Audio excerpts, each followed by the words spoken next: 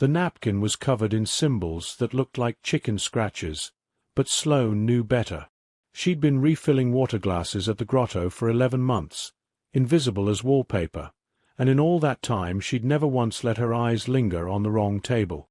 But tonight, the black ink on that crumpled napkin made her freeze mid-pour. The water glass overflowed. The elderly woman across from the man in the tailored suit glanced up, annoyed. "Sorry," Sloane mumbled, grabbing a cloth. "So sorry, ma'am." The woman, Donna something, the owner's mother, waved her off. But the man, Nico Catalano, didn't even blink. He was on his phone, his voice low and sharp, his free hand gripping the edge of the table like he wanted to break it. "Move the trucks to the Three Sisters," he hissed into the phone. "Yes, the Towers. North End. The riddle says so. The saint bleeds at the feet of the Three Sisters. It's obvious." Sloane's heart kicked hard against her ribs. She shouldn't say anything. She'd learned that lesson 3 years ago when her entire family got erased from existence because someone talked when they shouldn't have. She was a ghost now. Invisible.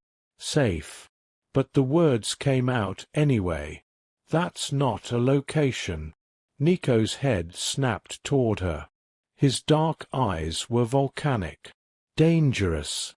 The kind of eyes that had seen terrible things and caused worse. "What did you say?" Sloane's hand trembled as she set down the water pitcher. Every instinct screamed at her to apologize, to run, to vanish.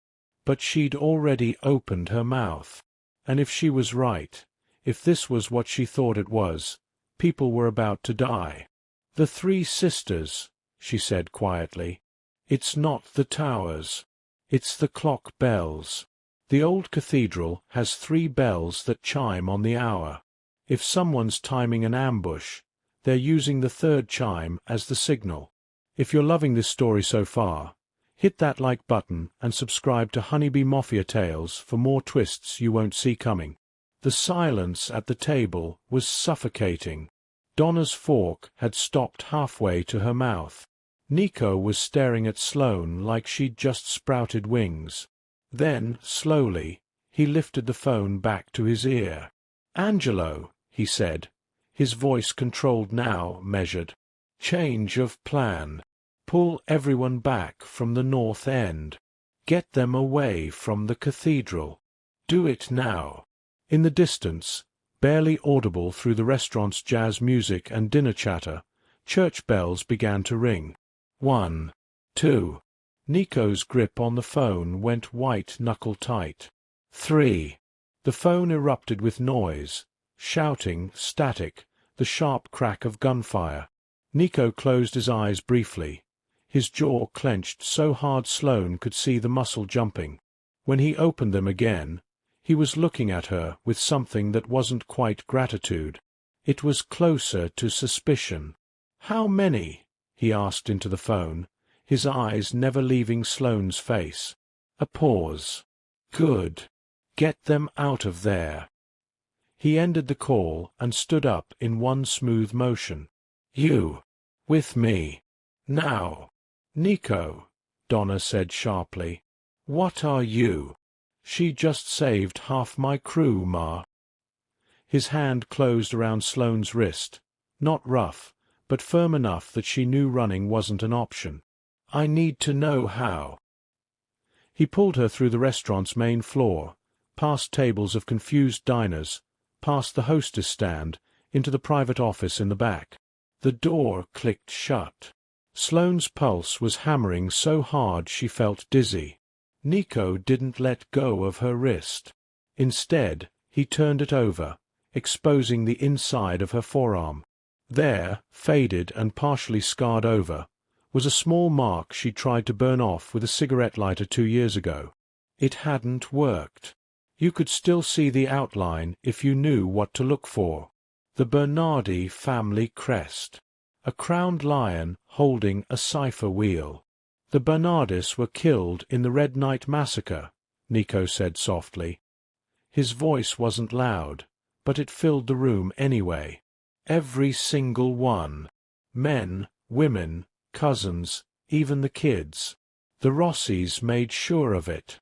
So either you're lying about who you are, or you're a ghost. Sloane's throat was dry. She hadn't heard her family's name spoken aloud in 3 years. I'm nobody.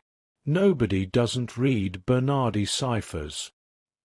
He released her wrist and stepped back, crossing his arms. Your father was Matteo Bernardi, the architect. He built code systems for half the families in this city before the Rossis decided he knew too much. They burned his house down with everyone inside. His eyes narrowed. Except you. I wasn't home. The words tasted like ash. I was 17. I was at a friend's house. By the time I got back, the whole street was on fire. Police everywhere. I ran. And you've been hiding ever since. Yes. Nico studied her for a long moment, his expression unreadable. Then he pulled out his phone and showed her the napkin photo, the symbols she'd seen at the table. The Rossis have been sending these riddles for weeks, taunting us, telling us where they'll hit next, but in code. We've lost 3 shipments, 2 safe houses, and 5 good men trying to figure them out. He tilted his head. But you knew. Instantly. My father taught me, Sloane admitted. He said codes were safer than guns. Information could save your life when bullets couldn't. She swallowed hard. He was wrong. Maybe. Or maybe he just didn't live long enough to use it right.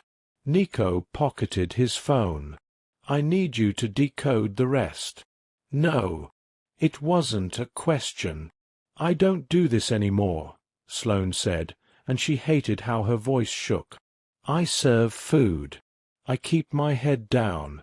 I don't get involved. You got involved the second you opened your mouth at that table. Nico's expression softened slightly, which somehow made him more terrifying. Look, I get it. You lost everyone. You're scared. But the Rossis don't forget. If they sent that riddle, they already know there's a leak. They'll be looking for whoever spoiled their ambush. And when they find you, the explosion cut him off. The office window blew inward in a shower of glass. The sound was deafening, a bass drum boom that rattled Sloane's teeth. Nico grabbed her and shoved her to the floor, covering her with his body as debris rained down. Screaming erupted from the dining room. More glass shattering. Gunfire. Sharp and close. Stay down, Nico growled. He pulled a gun from his waistband and moved toward the door in a crouch. Ma! Ma! Sloane's ears were ringing. She could smell smoke and something chemical, maybe gasoline. Through the broken window, she saw a black SUV idling at the curb, its doors open. Men in dark clothes were pouring into the restaurant's front entrance. This was an extermination. Nico kicked open the office door and fired 3 shots down the hallway. Someone screamed. He ducked back inside, his face grim. There's too many. We're pinned. Sloane's mind was racing. The Grotto had been a speakeasy during Prohibition. Her father had told her stories about the old tunnel systems beneath half the restaurants in this neighborhood. She'd worked here for almost a year. She'd seen the basement. She'd noticed the boarded-up door behind the wine racks. There's a way out, she said. Nico looked at her. What? The basement. There's a service tunnel. It's old, probably unstable, but it runs under the street. She pushed herself to her feet, glass crunching under her shoes. I can get us out. Us. You and your mother. If she's still alive. Something flickered across Nico's face. Pain, fear, something almost human. Then it was gone. Lead the way." They moved fast and low through the chaos. The dining room was a war zone. Overturned tables, shattered plates, people screaming and crawling toward the exits. Sloane spotted Donna near the bar, crouched behind an overturned piano, her face pale but composed. Nico grabbed his mother's arm and pulled her up. "Basement," he said.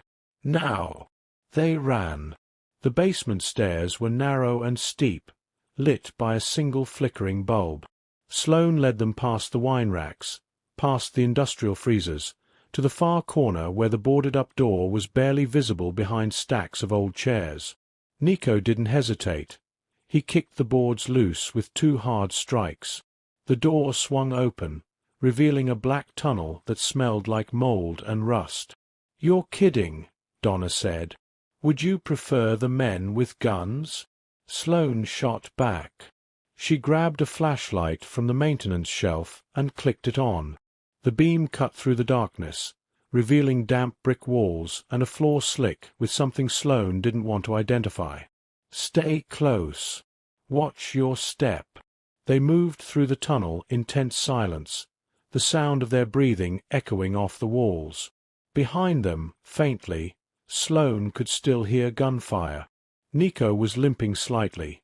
She realized with a jolt that he'd been hit, blood seeping through his shirt near his shoulder. He didn't complain, just kept one hand on his mother's back, guiding her forward. After what felt like an hour but was probably only 10 minutes, the tunnel opened into a wider space, an old maintenance room with a ladder leading up to a street grate. Sloane climbed first, shoving the grate aside with both hands. Fresh air rushed in. They were 3 blocks from the grotto, in an alley behind a motorcycle repair shop. Nico helped his mother up, then hauled himself out last, his face tight with pain. He leaned against the brick wall, pressing his hand to his shoulder. "That was insane." "That was survival," Sloane corrected.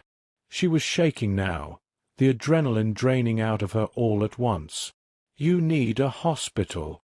"Can't. Rossi's will have people watching the ERs." Nico pulled out his phone with his good hand and made a call. "Nico." "Yeah, I'm alive. Listen, I need a pickup. Back alley, Jimmy's bike shop. And bring the med kit." He hung up and looked at Sloane. "You saved my life tonight. Twice." "I saved my own life," Sloane said. "You just happened to be there." "Funny." Nico's smile was bitter. "Because from where I'm standing, you're the reason the Rossis just declared open war on my family. They know someone decoded their riddle. They'll be hunting for the leak." He tilted his head. "Which means they're hunting for you." Sloane's stomach dropped. "I didn't." "Doesn't matter. They'll figure it out. You've been working at my restaurant for a year.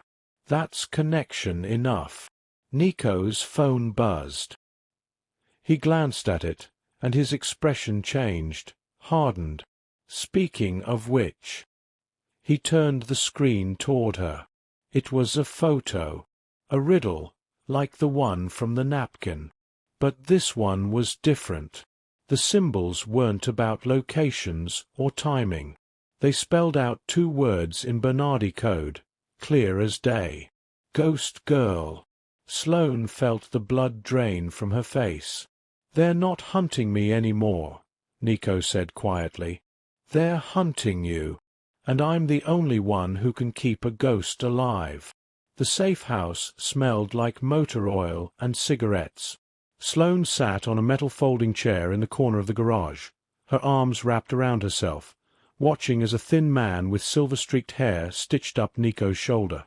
Nico, not Lorenzo, she'd learned his real name in the car ride over, didn't flinch, just stared at the concrete floor like he was doing math problems in his head. Donna sat nearby, her expensive dress now covered in dust and glass fragments, sipping water from a paper cup. She hadn't said a word since they'd arrived, just watched Sloane with eyes that were probably kind once, before life had carved them into something harder. "Done," the silver-haired man said, snipping the thread. "You're lucky it was a graze. Another inch and you'd be in real trouble." "Thanks, Paulie." Nico rolled his shoulder experimentally and winced. "Everyone accounted for?" Most of the staff got out through the kitchen. Angelo's crew is regrouping at the warehouse. We lost Marco and Tiny. Paulie's expression was grim. Rossi's left a message spray-painted on the front window. Just said checkmate. Nico's jaw tightened. "They think they've won.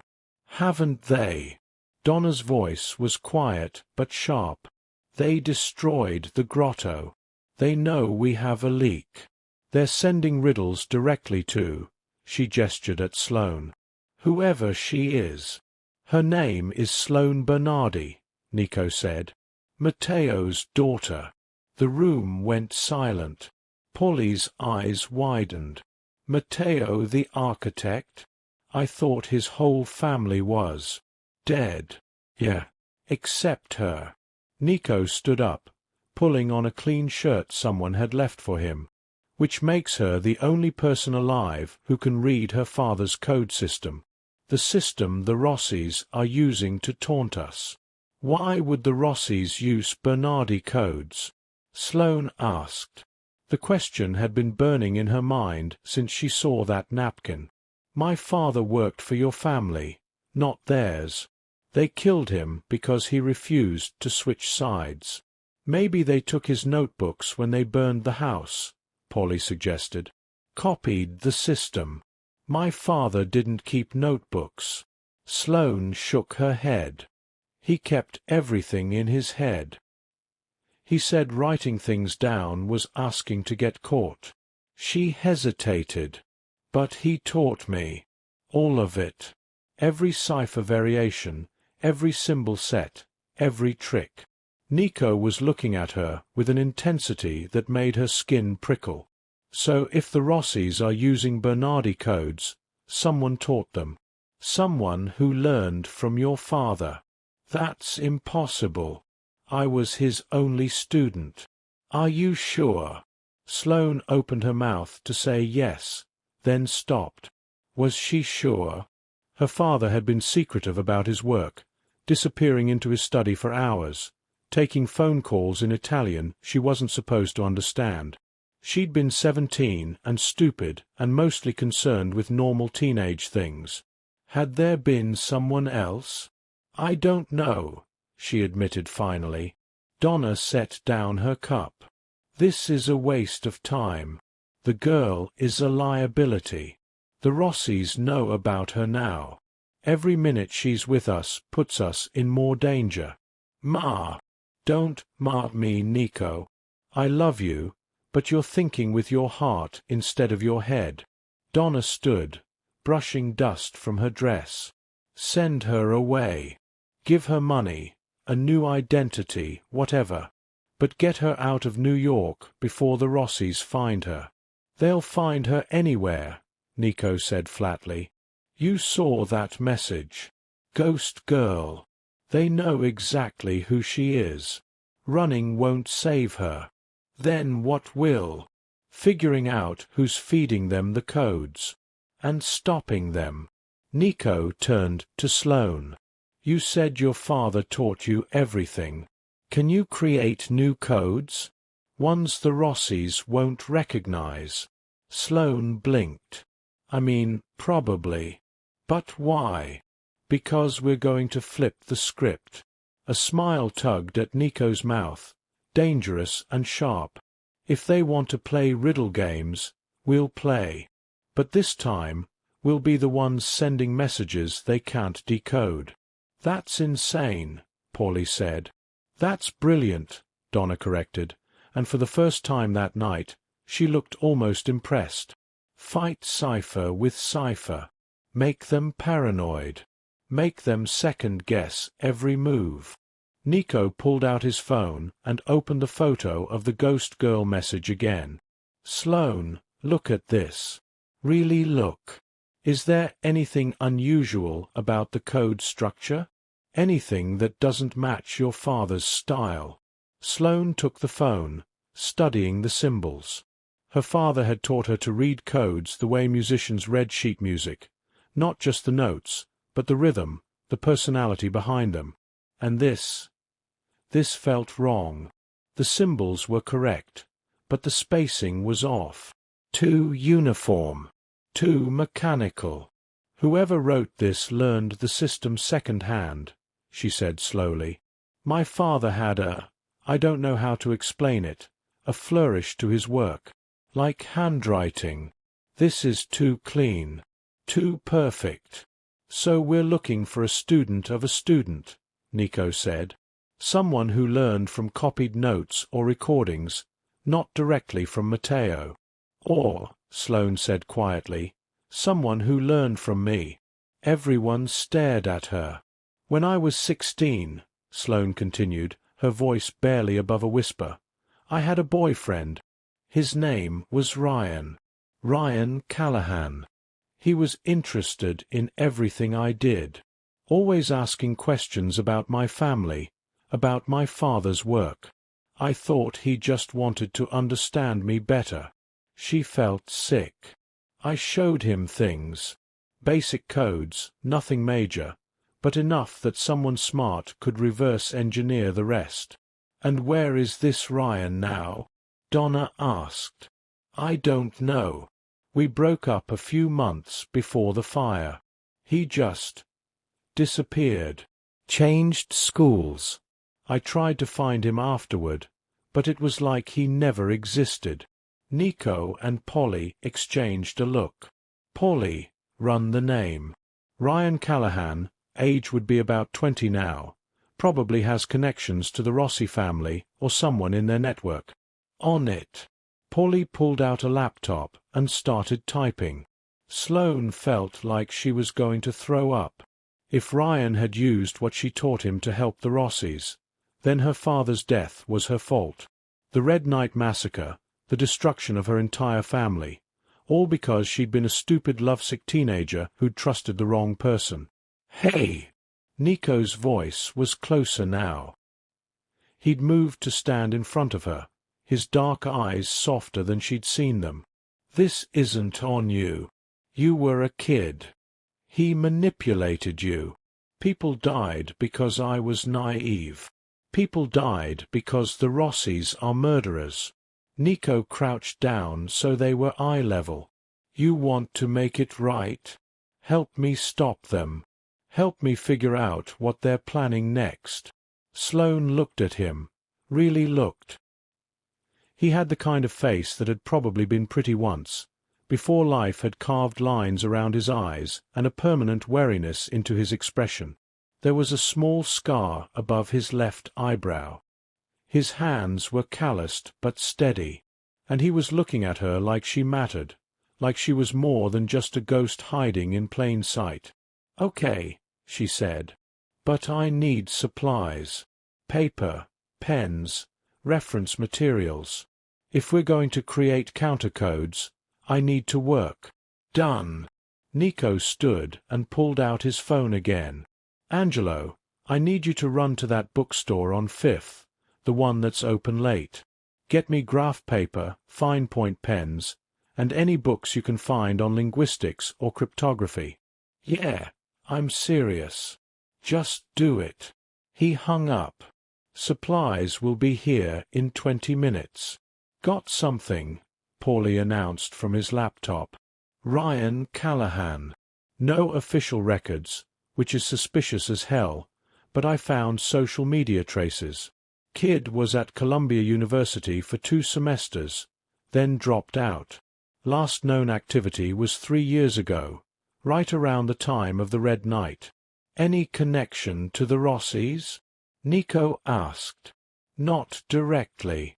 But get this, his roommate at Columbia was Vincent Rossi Jr., the boss's nephew. The room went cold. So Ryan was a plant, Donna said. They sent him in to get close to the Bernardi girl, extract the code systems, then disappear. Which means the Rossis have been planning this for years, Nico said grimly. They didn't just want Matteo dead. They wanted his knowledge. And once they had it, they eliminated the competition. Sloane's hands were shaking. She pressed them flat against her knees. If Ryan taught the Rossis, then he knows all my father's baseline codes. But he doesn't know the advanced variations. The ones my father only taught me in the last year before he died. Can you use those? Nico asked. Maybe. If I modify them enough. Sloane's mind was already racing ahead, seeing patterns and possibilities. The Rossis think they have the complete system. If I introduce variations they've never seen, it'll force them to second-guess everything. Make them waste resources trying to decode false information. I like it, Donna said. Disinformation. Classic.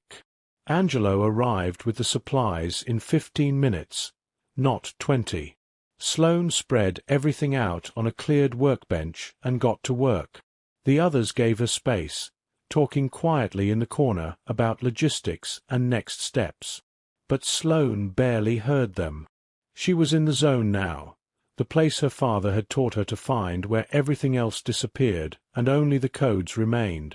She worked for 2 hours straight. When she finally looked up, her hand cramping, she had 3 complete cipher sets, each one progressively more complex, each designed to feed the Rossis false information while looking authentic enough to pass as real intelligence. Done, she said. Nico came over, studying her work. Explain it to me. The first set makes it look like you're moving a shipment through the port on Thursday. The second set suggests you're meeting with a rival family to form an alliance. The third set implies you've figured out who the leak is and you're setting a trap. Sloane tapped the papers. All fake. But if the Rossis bite on even one of them, they'll waste manpower and expose their own operations trying to counter moves you're not actually making. And if they don't bite, then we know they've gotten smarter. But at minimum, we've made them paranoid. Sloane met his eyes. Information warfare isn't about being right. It's about making your enemy doubt everything. Nico smiled, a real smile this time, not the dangerous one from before. Your father taught you well. He taught me to survive. Sloane hesitated. But I never thought I'd use it like this. I thought I was done with this world. Nobody's ever really done with this world, Nico said quietly. It has a way of pulling you back. He picked up the first cipher set. I'll have these distributed through our network. Make it look like leaked intel. The Rossis have informants everywhere. They'll pick it up. And then what? Then we wait. And watch. And when they make their move. Nico's expression hardened. We'll be ready. Donna cleared her throat. It's almost dawn. The girl needs rest. We all do. There's a back room, Paulie said, gesturing toward a door. It's not fancy, but there's a cot and a lock on the door. Sloane nodded, suddenly exhausted. She gathered her papers and followed Polly to the small room. It was barely bigger than a closet, but it had a narrow bed and a tiny window that looked out onto the alley. Safe enough. Before she could close the door, Nico appeared. Hey, thank you. For tonight. For all of it. I'm not doing this for you, Sloane said, and immediately regretted how harsh it sounded. I mean, I'm doing this because the Rossis destroyed my life. If I can help destroy theirs, even a little, then maybe it'll hurt less, Nico finished. Yeah, I get that. They stood there for a moment, awkward and tired and covered in the residue of a very long night. Then Nico did something unexpected. He reached out and gently touched the scar on her wrist, the failed burn mark over her family crest. You tried to erase it, he said. I wanted to be nobody.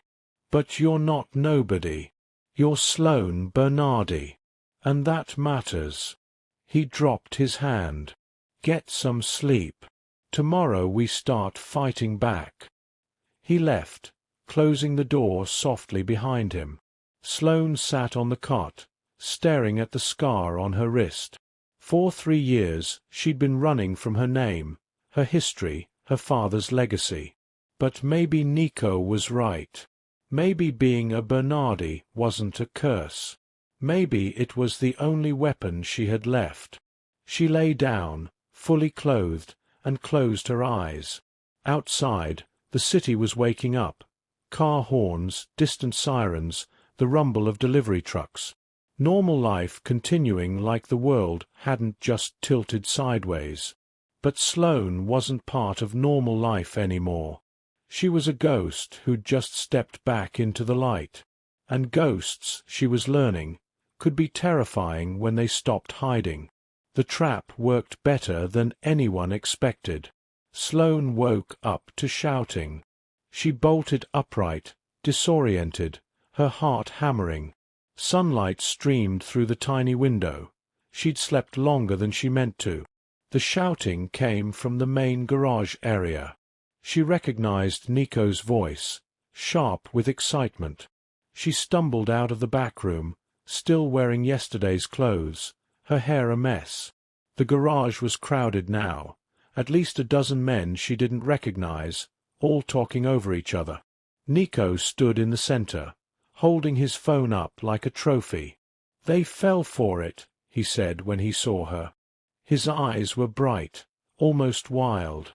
"All 3 ciphers.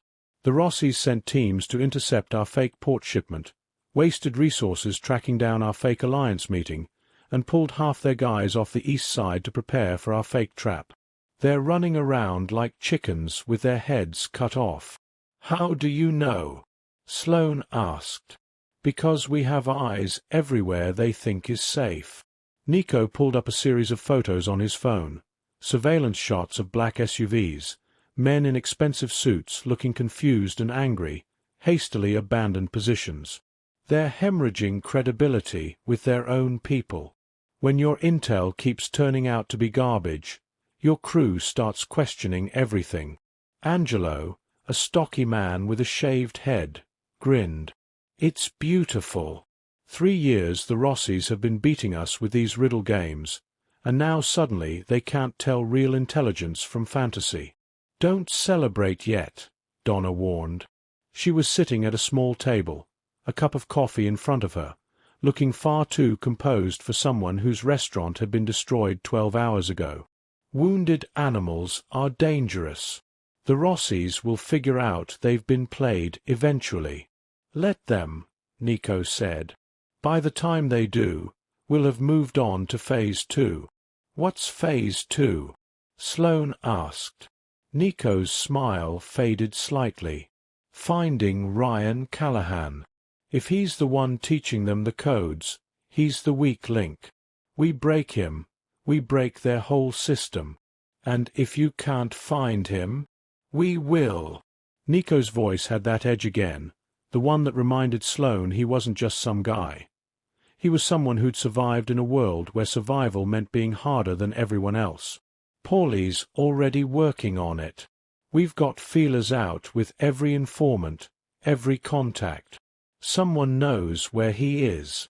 As if summoned, Paulie looked up from his laptop. "Actually, I might have something. There's a guy, Tommy Chen, runs a tech shop in Chinatown, who does off-the-books work for the Rossis. Encrypted phones, surveillance equipment, that kind of thing. Word is he recently set up a secure apartment for someone matching Ryan's description." "Address?" Nico asked immediately. "Working on it. Give me an hour." Nico turned to Sloane. "When we find him, I need you there." "What?" "No. I can't. You're the only one who can verify it's really him. And if it is, you're the only one who might get him to talk." Nico's expression softened. "I know it's a lot to ask.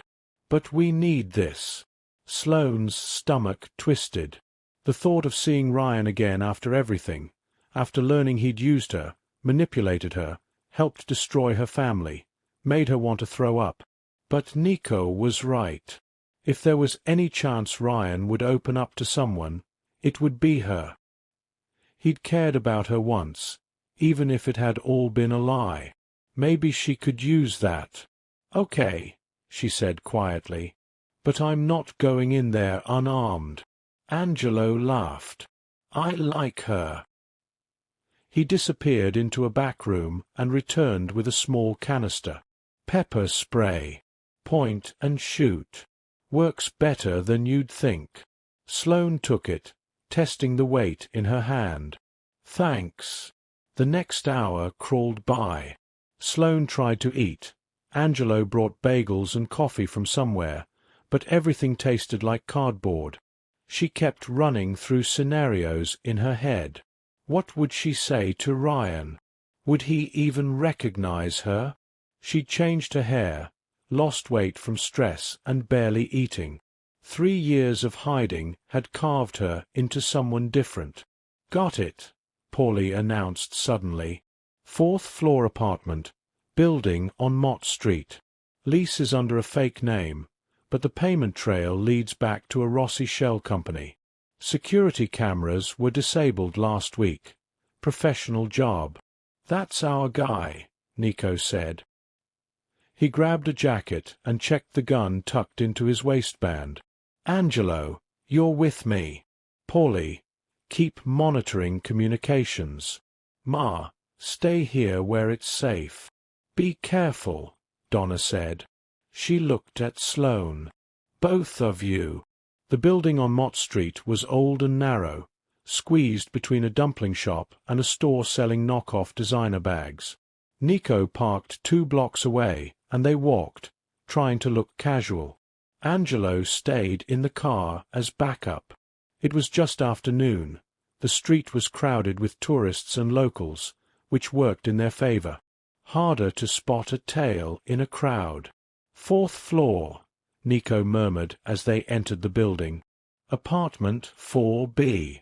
Stay behind me until we know what we're dealing with. The stairs were narrow and smelled like old cooking oil. Sloane's heart was pounding so hard she could feel it in her throat. The pepper spray was in her jacket pocket, her hand wrapped around it. They reached the 4th floor. Apartment 4B had a plain brown door, no nameplate, no indication anyone lived there. Nico knocked. Delivery. Nothing. He knocked again, harder. Hey, I've got a package for. The door opened a crack. A chain lock held it in place. Through the gap, Sloane saw a slice of a man's face. Pale skin, dark hair, blue eyes that went wide with shock when they landed on her. Sloane. Ryan's voice was exactly the same, and hearing it made something break open in her chest. Oh my God, Sloane, you're alive? Open the door, Ryan, Nico said quietly. Wait, you're with the Catalanos? Ryan's voice pitched higher with panic. Sloane, what are you doing with these people?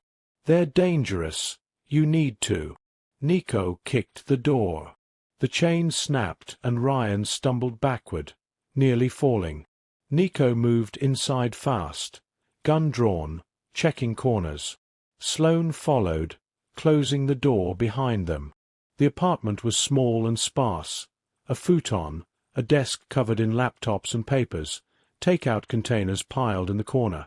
Ryan stood in the center of the room, hands raised, looking terrified. He was thinner than Sloane remembered, his hair longer, shadows under his eyes. He looked like he hadn't slept in weeks. Please don't shoot, Ryan said. I'll tell you whatever you want. Just please. Shut up, Nico said.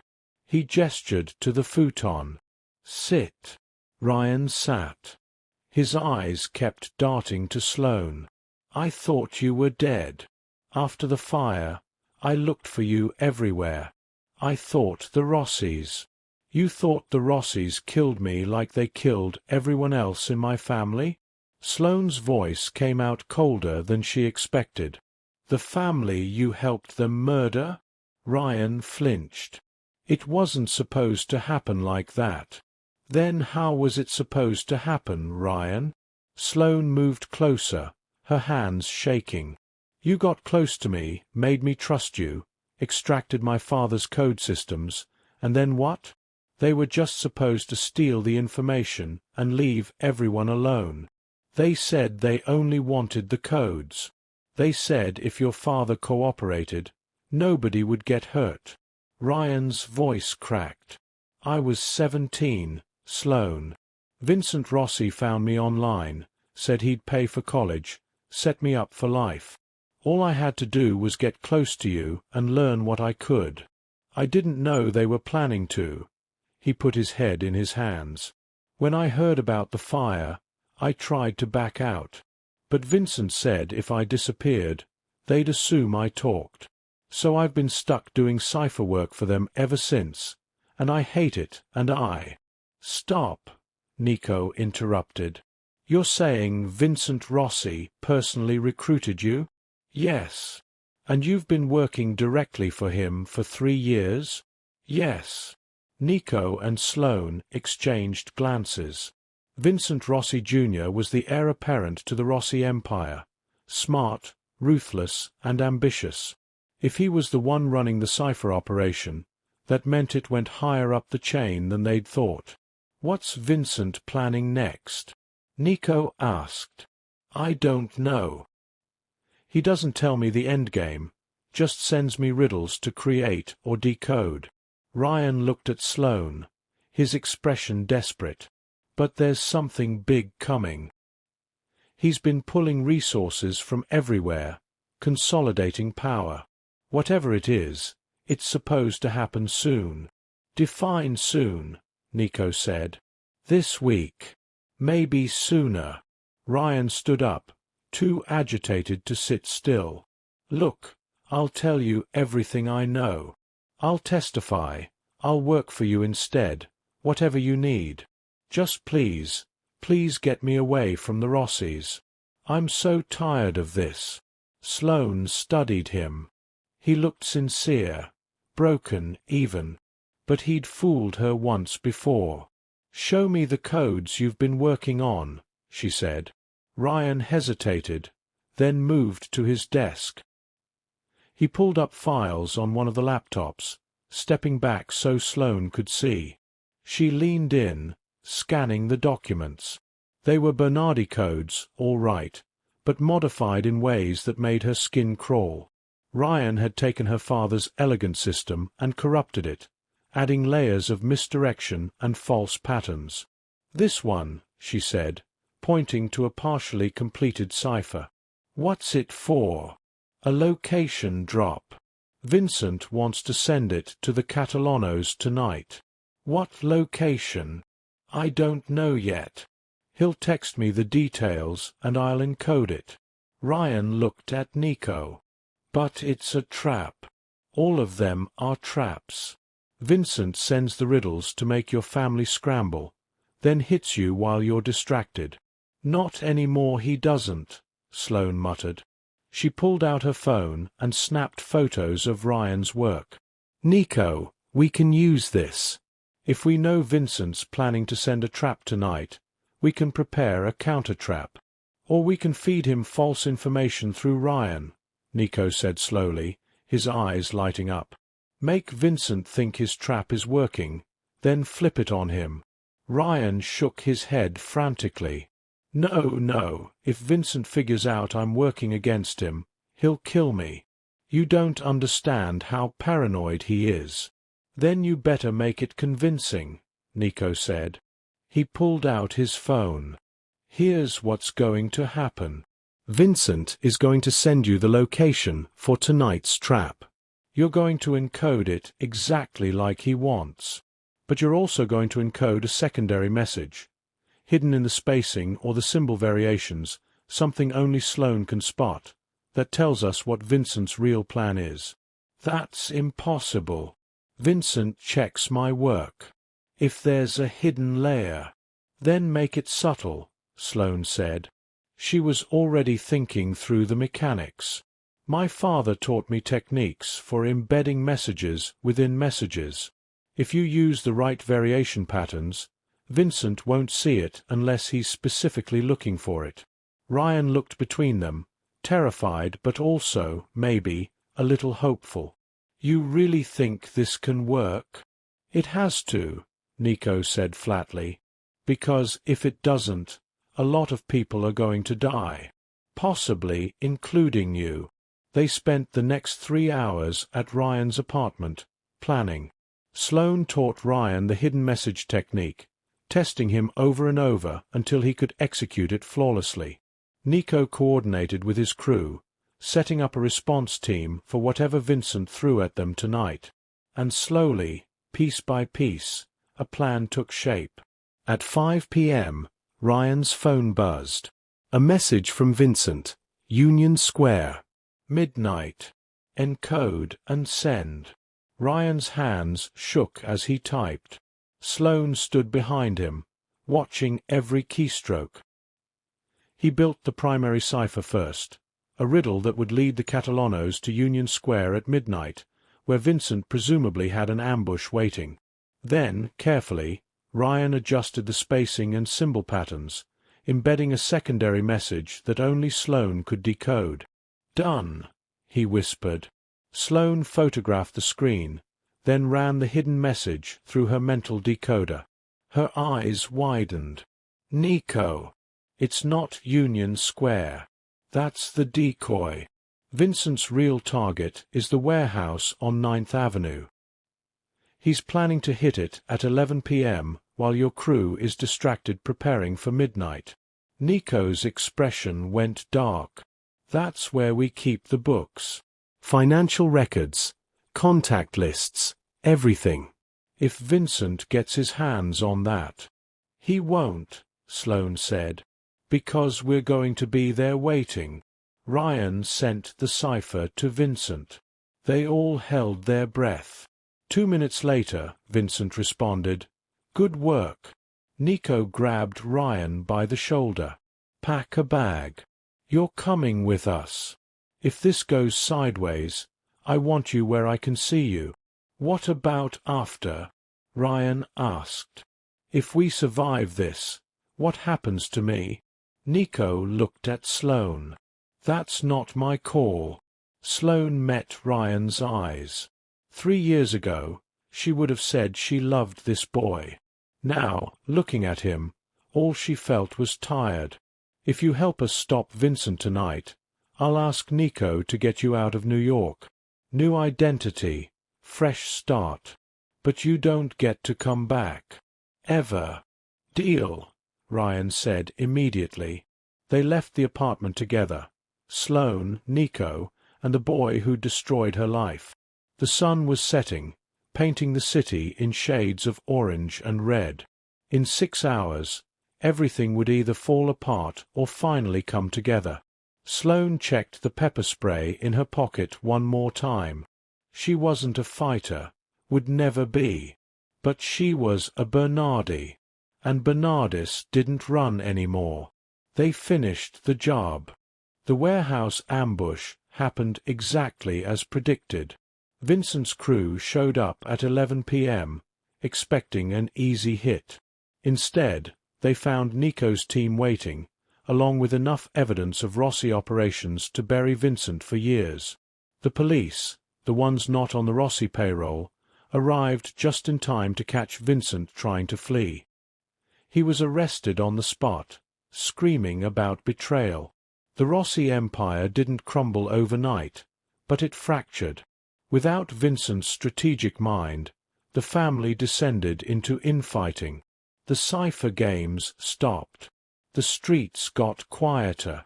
2 weeks later, Sloane stood outside a rebuilt grotto. The construction crews had worked fast. Donna had insisted. The new glass front sparkled in the afternoon sun. A sign hung on the door. "Grand reopening tonight." "You don't have to stay, you know," Nico said. He stood beside her, hands in his pockets, looking more relaxed than she'd seen him since this whole thing started. "We can set you up anywhere. California, maybe. Or Europe." "I know," Sloane said. She'd thought about leaving, had even packed a bag. But every time she tried to walk away, something stopped her. "But I spent 3 years running. I think maybe it's time to stop. The job's still open. If you want it." Nico smiled slightly. "Though fair warning, we're paying you more than server wages now. Turns out strategic advisors cost more." "Strategic advisor? You broke a 3-year losing streak in one night. What else would I call you?" Nico's expression turned serious. "Look, I know this isn't the life you chose. And I know working for a family like mine isn't exactly safe or normal. But you're good at this, Sloane. Really good. And we could use someone like you." Sloane thought about her father, about the codes he'd taught her, about the legacy she'd tried to burn away. Maybe it wasn't a curse after all. Maybe it was just information, and information was only as good or bad as what you did with it. "Okay," she said. "But I have conditions. No more hiding who I am. If I'm doing this, I'm doing it as Sloane Bernardi, not some ghost." "Deal." Nico held out his hand. She shook it. His grip was warm and steady and somehow felt like a promise. "Also," Sloane added, "I want Sundays off, and if you ever lie to me the way Ryan did, I will encode every single one of your secrets and mail them to your enemies." Nico laughed, a real laugh, bright and surprised. "Noted. Anything else? Teach me to actually defend myself. Pepper spray only goes so far." "Done." Angelo runs self-defense classes on Tuesdays. They stood there for a moment, watching the crew put finishing touches on the restaurant. Somewhere in the city, Ryan Callahan was starting a new life under a new name. Somewhere else, Vincent Rossi was sitting in a cell, probably still trying to figure out where everything went wrong. And here, Sloane Bernardi was standing in the sunlight, not hiding anymore. "You hungry?" Nico asked. "Donna's testing new menu items. She threatened to disown me if I didn't try everything. Is the food any good?" "The food is incredible. My mother doesn't do anything halfway." He gestured toward the door. "Come on. I'll introduce you to the new staff. Fair warning, they're all going to want to hear the story of how you took down Vincent Rossi with math. It wasn't math. It was linguistics and pattern recognition. Whatever it was impressive." They walked into the grotto together. The restaurant smelled like fresh paint and garlic bread and possibility. Donna was in the kitchen, arguing with a chef about sauce consistency. She looked up when they entered and smiled, a real smile, warm and almost maternal. "There's my brilliant code breaker," she said. "Sit. Eat. Tell me if the carbonara needs more pepper." Sloane sat. She ate, and for the first time in 3 years, she felt like maybe, just maybe, she was exactly where she was supposed to be. Outside, the city hummed with a million different stories. But this one, the story of the ghost who stopped running and the family who took her in, this one was just beginning. Thanks so much for sticking with Sloane's story all the way to the end. If you loved the twists and want more intense Mafia romance tales, smash that like button and subscribe to Honeybee Mafia Stories. Drop a comment telling me which moment shocked you the most. I read every single one, and your feedback helps me create even better stories for you.